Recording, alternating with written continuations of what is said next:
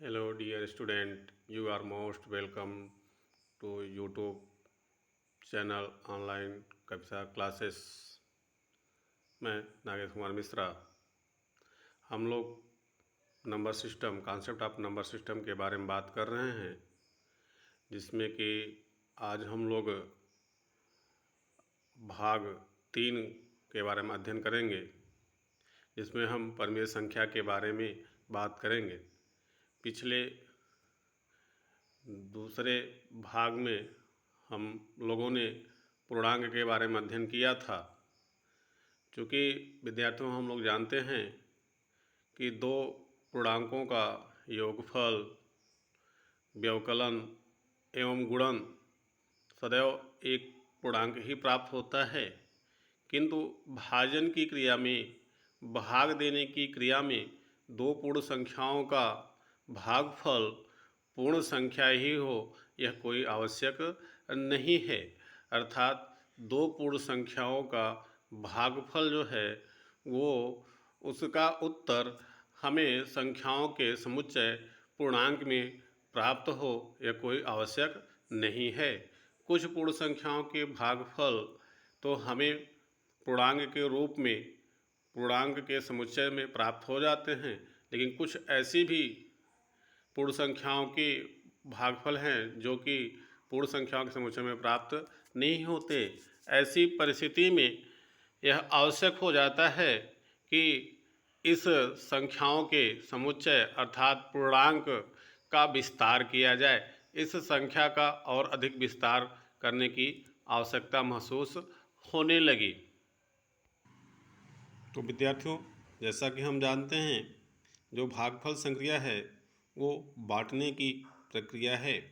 तो बांटने की प्रक्रिया में जैसे हम लोग 6 सेब हैं हमारे पास और हमें 3 लोगों के बीच में बांटना हो, तो हम आसानी से सेबों का बंटवारा कर लेंगे और प्रत्येक को 2-2 सेब प्राप्त होते हैं, और जो कि इसका प्रत्युत्तर हमें पूर्ण संख्या के रूप में प्राप्त होता है। किंतु यदि आपके पास 5 सेब हो और ये 2 लोगों के बीच में बांटना हो, अर्थात 5 को 2 से विभाजित किया जाए, ऐसी स्थिति में हमारा जवाब पूर्ण संख्याओं के समुच्चय में प्राप्त नहीं होता। व्यवहारिक रूप से तौर पे हम समझते हैं कि 5 सेबों को अगर 2 लोगों के बीच में बांटना हो तो पहले हम 2-2 सेबों को बांट देते हैं, फिर एक सेब बचता है जिसका हमको क्या करना पड़ेगा, आंशिक विभाजन करना पड़ेगा। पूर्ण सेब का बंटवारा, पूर्ण रूप से सेबों का बंटवारा होना संभव नहीं है, इसलिए हमें उनका अंश करना पड़ेगा, उन्हें आंशिक रूप में काटना पड़ता है। इस स्थिति में आंशिक संख्याएं हमको अस्तित्व में आती हैं, जिनको हम अपूर्ण संख्या भी कहते हैं। इस तरीके से पूर्ण संख्याओं और अपूर्ण संख्याओं को सामूहिक रूप से परिमेय संख्या कहा जाता है। अगर गणितीय रूप से परिमेय संख्या को परिभाषित किया जाए तो हम दो पूर्ण संख्याओं के भागफल को परिमेय संख्या कहते हैं। परिमेय संख्या पूर्ण संख्या भी हो सकती है और आंशिक संख्या भी हो सकती है। आंशिक संख्या वे संख्या होती हैं जो कि आपकी अपूर्ण होती हैं, उन पूर्णांक में सम्मिलित नहीं होते, जबकि परिमेय संख्या में पूर्णांक भी सम्मिलित होता है और आंशिक संख्याएं भी सम्मिलित होती हैं, अर्थात अपूर्ण संख्याएं भी सम्मिलित होती हैं। छात्रों, परिमेय शब्द का जो सीधे अर्थ होता है जिसका मापन किया जा सके, अर्थात जिसको शुद्धतम रूप में एक निश्चित परिमाण के रूप में व्यक्त किया जा सके।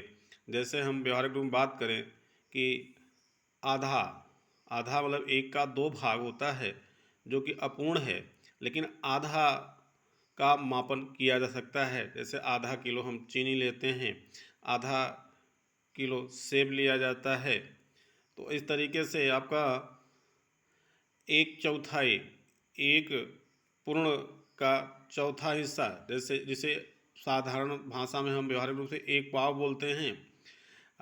जैसे समय हो रहे हैं आपका तो समय को भी हम आंशिक रूप में व्यक्त करते हैं, जैसे 3:30 बजे हैं, 4:15 बजे हैं और 2:45, इस तरीके से हम सवाई, अढ़ाई, पवैया, इन सबको हम क्या करते हैं, या आंशिक संख्याएं ही हैं जिनको कि हम निश्चित रूप से माप कर निर्धारित कर लेते हैं।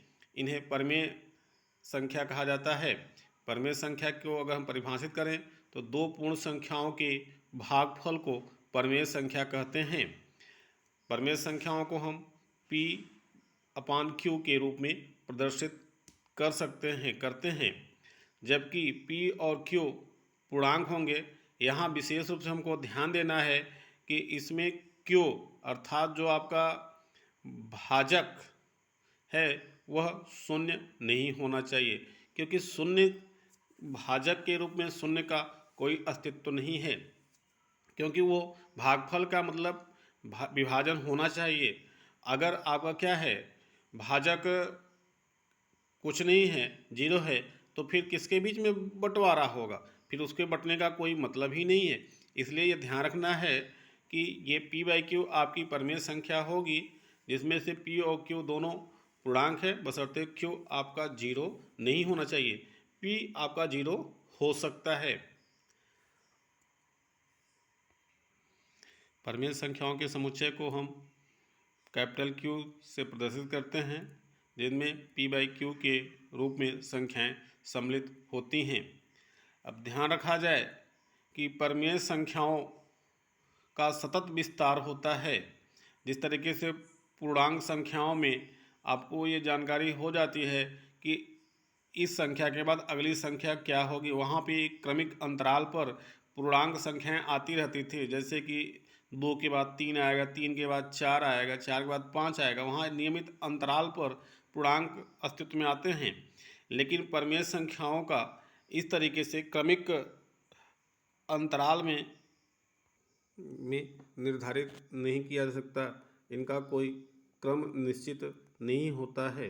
अतः इन्हें हम संख्या रेखा पर पूर्णांक संख्याओं के भांति प्रदर्शित नहीं कर सकते हैं, क्योंकि यहाँ पे विशेष रूप से हमको ध्यान देना है कि दो परमेय संख्याओं के बीच में अनंत परमेय संख्याएं होती हैं, जबकि पूर्णांक में किन्हीं दो पूर्णांकों के बीच में निश्चित पूर्णांक होते हैं।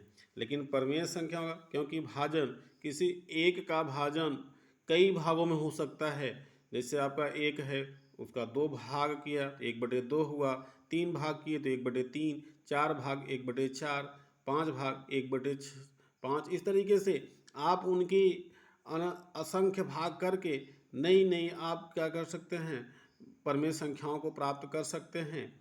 इसलिए परमेय संख्याओं का क्रमिक रूप में निर्धारण करना संभव नहीं होता है। अब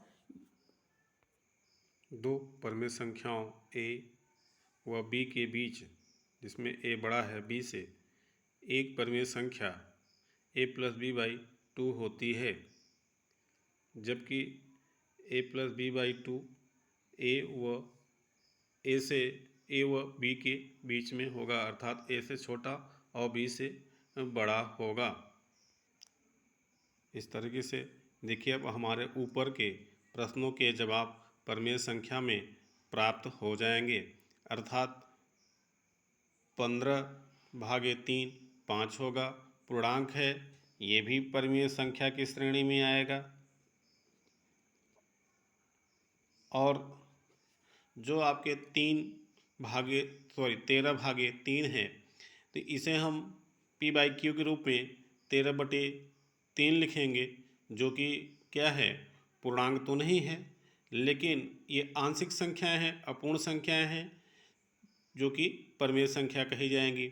5/2 को भी हम 5/2 अर्थात P/Q के रूप में लिखेंगे, जो कि क्या है, एक अपूर्ण संख्या है, जो कि क्या है, परमेय संख्या है।